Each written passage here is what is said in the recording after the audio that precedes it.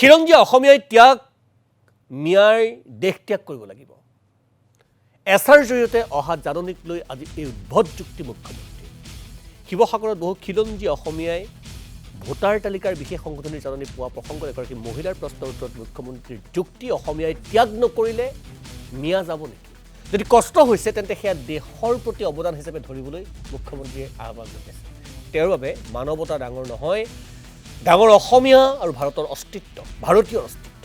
এয়া আৰু ভাল কথা, কিন্তু খিলঞ্জীয়া অসমীয়াৰ পৰিচয়ক লৈ ভোটাৰ তালিকাত উঠা প্ৰশ্নৰ ত্যাগৰ মানসিকতাৰে গ্ৰহণ কৰিব পাৰিম। এয়া কেনেধৰণৰ ত্যাগ? এই ত্যাগৰ সূত্ৰ কি, সংজ্ঞা কি?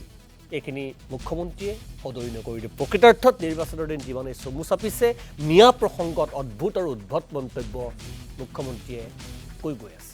চাওঁ আহক। যদি অসমীয়াই ত্যাগ নকৰে আপুনি বাংলাদেশীক কেনেকৈ খেদিব? কাগজ এখনহে যায়, সেইটোতে ইমান চিন্তা কৰিব নালাগে।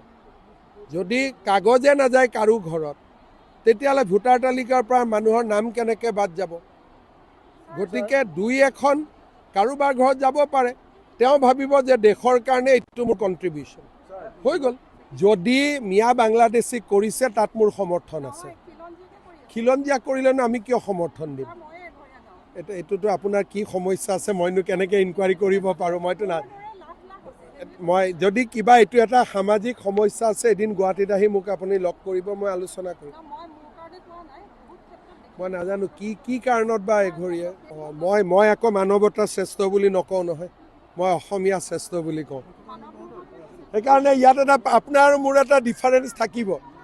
মোৰ পলিটিক্সটো হ'ল অসমীয়া শ্ৰেষ্ঠ, ভাৰতীয় শ্ৰেষ্ঠ, বিশ্বগুৰু ভাৰত।